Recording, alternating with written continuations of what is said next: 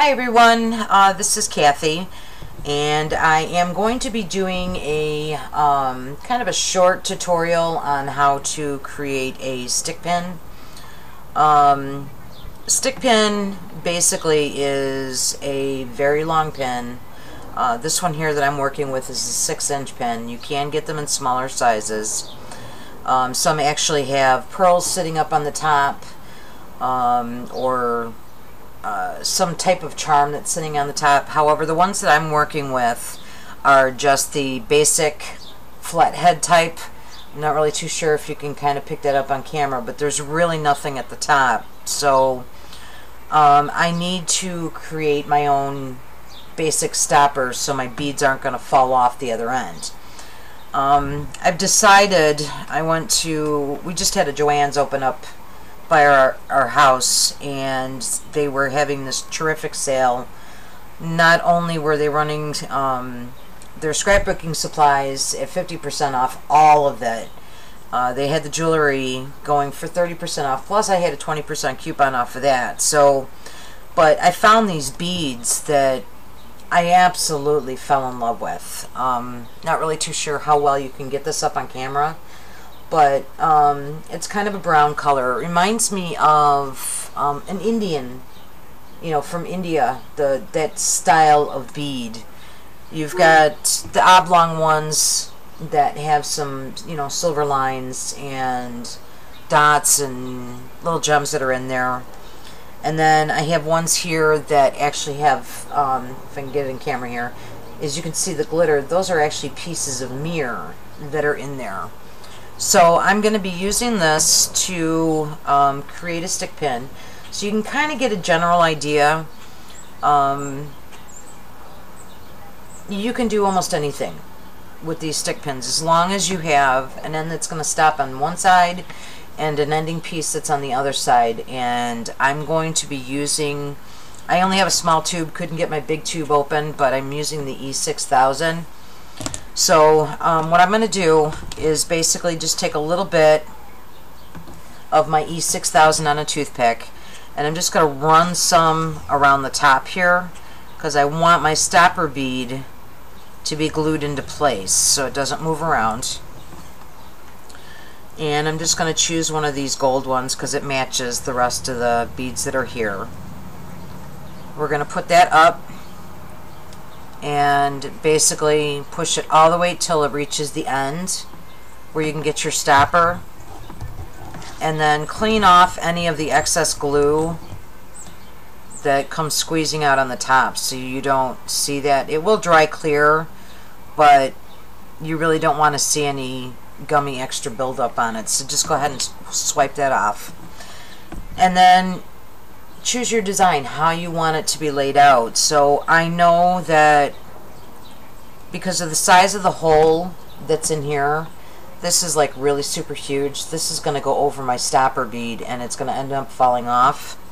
So I need another bead that has a smaller hole but is big enough that it's actually going to stop from this thing sliding all over the place. So I'm just going to go ahead and bead that on. It doesn't need to be glued down because eventually you're going to glue down the bottom end. Then I'm going to slide, I think I'm going to go with one of the round mirrored ones first. And you see how it stops it. If I weren't to have that black bead there, it would just literally just go right over the gold bead at the end, and I would end up losing it. So I'm going to put another black bead down in between. Oh, actually, you know what? Change my mind here. Let's add...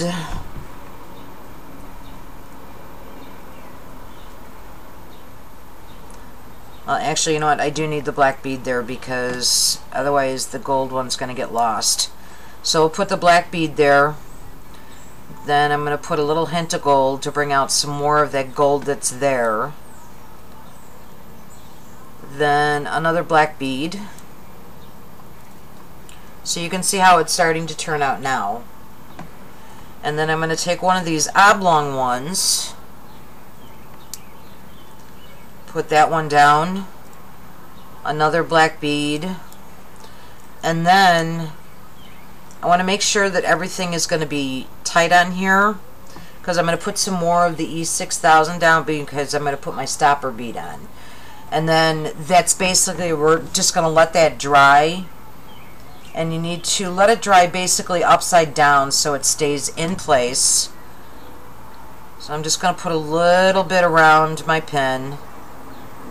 A little goes a long way of the E6000, so, and I think this time I'm going to end it with a square. So I have a little square gold bead, and I'm going to push that down in there. Make sure that it's all nice and tight. And any excess glue that comes out, remember to wipe that away because you really don't want that showing. And it doesn't, you know, hold it there for a couple seconds. As you can see that what I'm doing, and just basically pushing everything up nice and tight. Waiting a few minutes for the glue to dry. And as you can see, these will still twirl around because these have got, you know, a big enough base that they're not going to be going in there. But these beads are not going to go anywhere. So just make sure that you have plenty of glue. And if you see that, you know, you come back later on and you notice that your beads are sliding, my suggestion is to take that bottom piece, your bottom stop bead,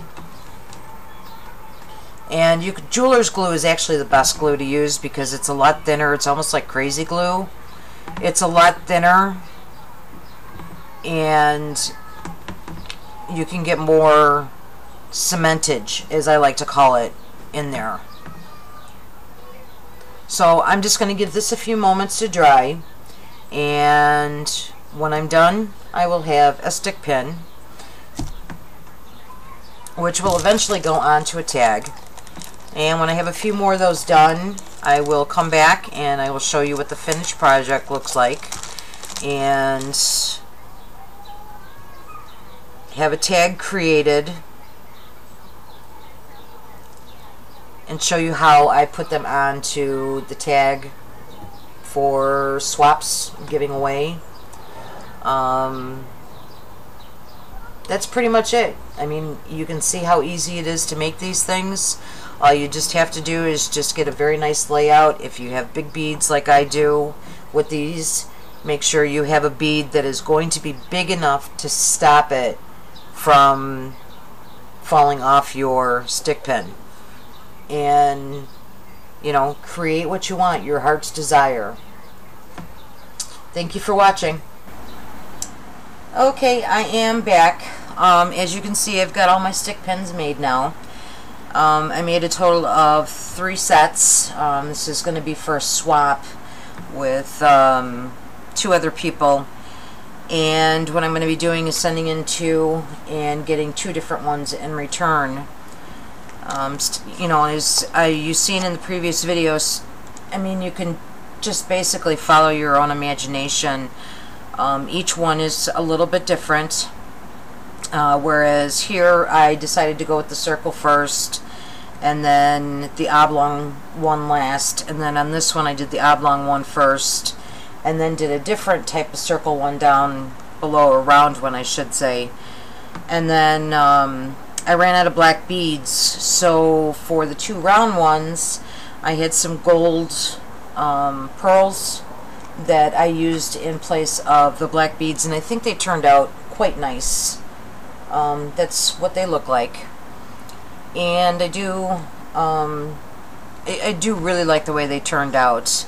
The tag I just created really quickly. Used red StazOn ink for the image, the bird image on the front, and then I also stamped the back with one of my stamps that's got, you know, the whole bunch of wording on it. The lace I got from Ooh La La Vintage Lace. She has her own Zebit store. And then I just recycled some fabric strips that I had to make the tassel part of the tag. And that's pretty much it. I will leave a link down below to where I actually bought my stick pins. Not too many places sell stick pins bigger than 3 inches. Well, I found a place that's called Mini Horses, I believe, and they carry them from 3 to 8 inches, and what I'm using here is a 6-inch. So you can see that, you know, it fills up the tag quite nicely. Hope you learned something new today. And if you have any questions, comments, please leave them down below. Look forward to hearing from you. And have a great day. Thank you.